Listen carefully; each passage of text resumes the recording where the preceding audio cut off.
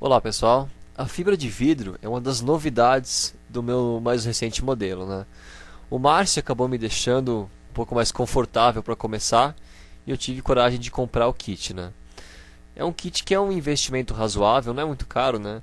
Você paga pelo conjunto que é a resina epóxi, essa daí, mais o endurecedor. Você mistura esses dois numa proporção que vem no frasco, tá? Esses dois custam uns R$ 33. E a fibra de vidro mesmo, que você paga uns R$ 15, 1 metro por 1,5 metros. Esse é um nariz que eu fiz do avião, que eu pretendia fazer o molde em volta dele, tá? É o que eu faço mais ou menos, a espessura, o isopor que eu uso. Eu construí e lixei ele bem bonitinho para ficar com o modelo para colocar a fibra de vidro em volta. Então a fibra de vidro tem várias formas de se usar, né? A que eu usei é pincelar no isopor a mistura da resina com o endurecedor. Você usa o pincel, espalha bem pela superfície que você pretende colocar o tecido, né?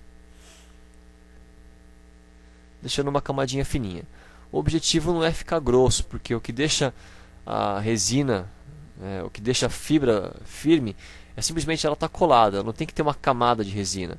E quanto menos resina tiver, mais leve fica. Tá? É um material que não é tão fácil de se trabalhar.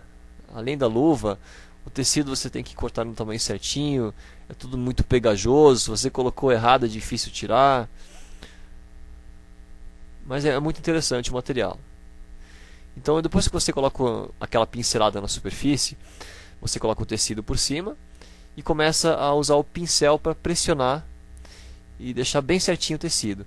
Ele é bem flexível, não é flexível a palavra, ele não fica justo, então você pode empurrar ele e ele vai indo para todos os cantinhos. Ele não fica com dobras, com linhas. Ele fica moldado exatamente como você quer. Então com o pincel você vai empurrando ele para ele ficar bem firme na superfície e para começar a absorver também a resina.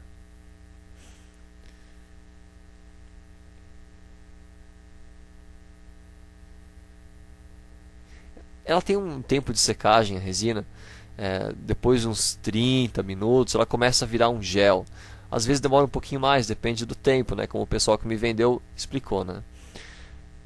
E só alguns dias depois que você realmente se sente seguro o suficiente para tirar a parte interna e ficar com o molde, né? Então você vai trabalhando, girando a peça e empurrando com o pincel o tecido. Aonde ele termina, você tem que sobrepor um pouco o tecido. Porque onde você não sobrepor, fica um ponto frágil, como se fosse um lugar que não tem a fibra de vidro e fica fácil de quebrar mesmo. Então você dá uma leve sobreposição e vai ficar um ponto que também é um pouquinho mais forte que o resto, né? Esse tecido que eu comprei é o mais fino, quer dizer, o mais leve que eles têm. Você tem outros mais pesados, que são materiais um pouco mais resistentes, né, que podem ser mais grossos, mas no meu caso eu queria fazer o mais leve possível. Então eu peguei a malha mais fina que eles tinham. E ela é tão fina que eu acabei me arrependendo e percebi que eu tive que colocar duas camadas dela em alguns locais, tá? Cheguei até a colocar três. E mesmo assim ela fica muito fina. Então é um material muito leve, que às vezes é interessante. Talvez eu devesse ter aplicado isso depois no avião quando estivesse pronto. Só que isso ia complicar muito a construção, né? Eu achei que o bico removível, o nariz removível, também é interessante para você conseguir trabalhar com ele. Então às vezes eu quero mexer, trocar a bateria, mexer lá dentro do planador, ajustar alguma coisa, mudar o CG, e eu posso remover esse nariz do avião de fibra de vidro. Agora na parte de baixo desse molde que eu fiz, né? O mesmo esquema com o pincelzinho. Então dá para reparar que aqui eu usei uma parte diferente do tecido. Eu recortei uma parte e coloquei agora. Então ela está sobrepondo a outra.